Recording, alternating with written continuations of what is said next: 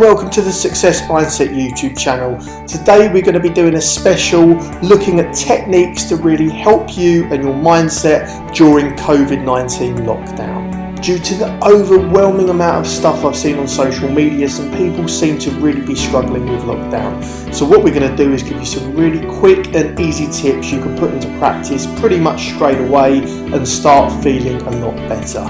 I'm not going to go too much into the science of why it works, but let's just say that the techniques I'm going to show you are going to help you produce more good chemicals in your brain and minimise the chemicals that don't do you as much good. Okay, so we're going to go straight into the first of 3 quick and easy tips that I'm going to share with you today. The first tip is getting purpose and routine in your day.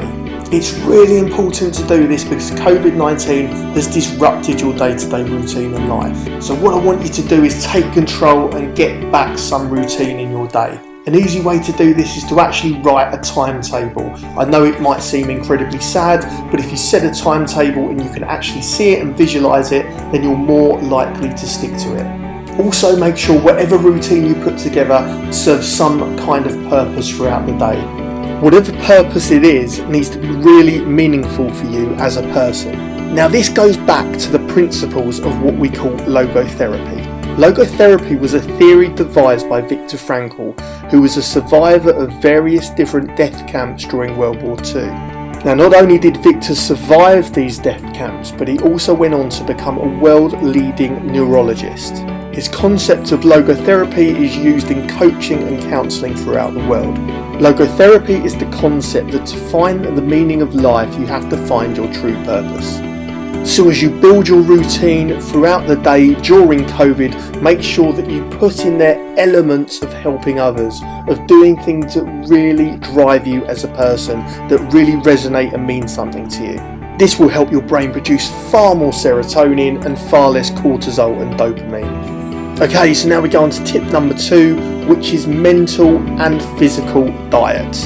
When looking at your physical diet, you want to be looking at nutrition and things that are going to keep your body ticking over and be as healthy as possible. So good antioxidants, good fruit and veg, a really healthy and varied lifestyle. Stop eating shit, it will only make you feel worse. Obviously try and drink less alcohol, that's a given, but also try and drink less coffee or less caffeinated products. The less you have coffee, the less you'll keep spiking your adrenal glands when you start to come down from it. In terms of mental diet, it's really important you try to stay away from social media as much as possible, and you also try and do what is called reframing. The more you'll limit social media, the more you'll limit production of cortisol in your body. You'll get spikes of cortisol whenever you don't get enough likes, whenever you might have an argument with someone on social media. Cortisol, although it's a chemical that does serve a use in certain circumstances, is not a chemical that you want to produce ongoing or have large amounts of in your body. It draws blood away from your internal organs and your intestines, and it really is something that you want to limit over time. Over time, it will not have a good impact on you. The more you can limit cortisol and increase serotonin in your body, the more your body will be in a phase of what we call rest and digest, where it operates normally and you have far more frequent and healthier functions throughout your body. You might also want to try reframing, and reframing is the art of looking at things that you might not be too happy about and actually flipping them and looking at them in a positive way. For example, if you're on your own, you might be really sad that you might not be seeing your family or your friends, or that your routine is disrupted. These, of course, are valid things to be concerned about. However, if you can flip them and think about how good and how grateful you will be once this is all over, and when you get to see your family and friends again, and you can tell them about the purpose and everything you've done during lockdown, that will really help you produce good chemicals and get away from the negative mindset and thinking that you might have gotten yourself into. You can easily capture yourself when you're doing this if you keep a diary or keep a note of whenever you think or say something that might be negative, and then you can look at that and you can learn to actively catch yourself and reframe it as you go. By reframing, you're building new, positive, good neural pathways in your brain, and the more you can do it, the more they're strengthened with myelin, and the more you'll be able to access that pathway more regularly rather than the negative neural pathways that you've built within your brain at the moment. This will really help you increase the good chemicals being produced in your brain and limit the ones that don't do you as much good long term. Okay, so the third tip I want to give really quickly is what I call priming, or getting into peak state every day. You want to be doing this first thing when you get up in the morning, so you're in the right headspace right from when you get up, and you can then throughout the day strengthen those neural pathways and really get into a state where you've got really good chemicals being produced. Now, one of the key ways to do this is limit social media and limit use of your mobile phone. Do not look at your phone first thing in the morning, even if you use your phone as an alarm. You need to digitally detox from your phone, so if you can, go on Amazon or any other online store and buy yourself an old style alarm clock, so you don't need to use your phone as an alarm. Even the light from your phone disrupts your circadian rhythm, and this can cause irregular sleep patterns.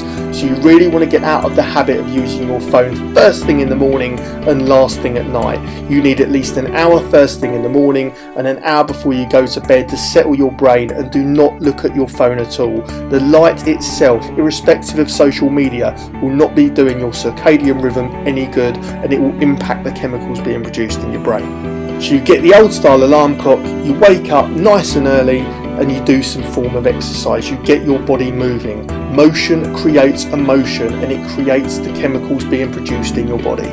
Take some time, 10 minutes, 15 minutes, to be thankful for everything you have in your life.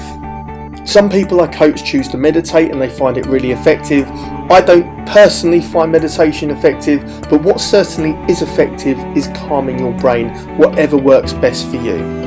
Personally, I find getting up early, getting my exercise in, having a really healthy breakfast, and setting my agenda for the day so I can physically see in my notebook what I'm going to do and tick it off as I go really helps me get grounded for the day and know what I have to do. So find stuff that works for you and get up early first thing in the morning and start doing them. Start getting the good chemicals produced from early on. Eat healthily, limit your phone and social media, and really start taking control of lockdown. Don't let lockdown happen to you, let it happen for you. It is not something that is going to last forever.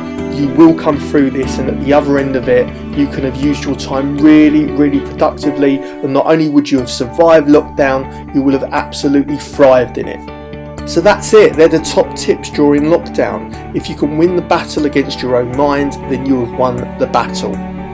I really hope that you can put these tips into practice and really change things for yourself so you can have a positive and happy outlook.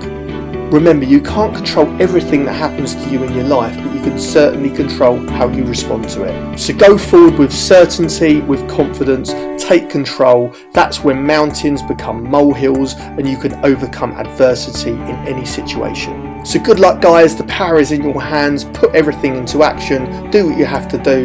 This has been a video on how to thrive during the COVID-19 lockdown from the Success Mindset YouTube channel.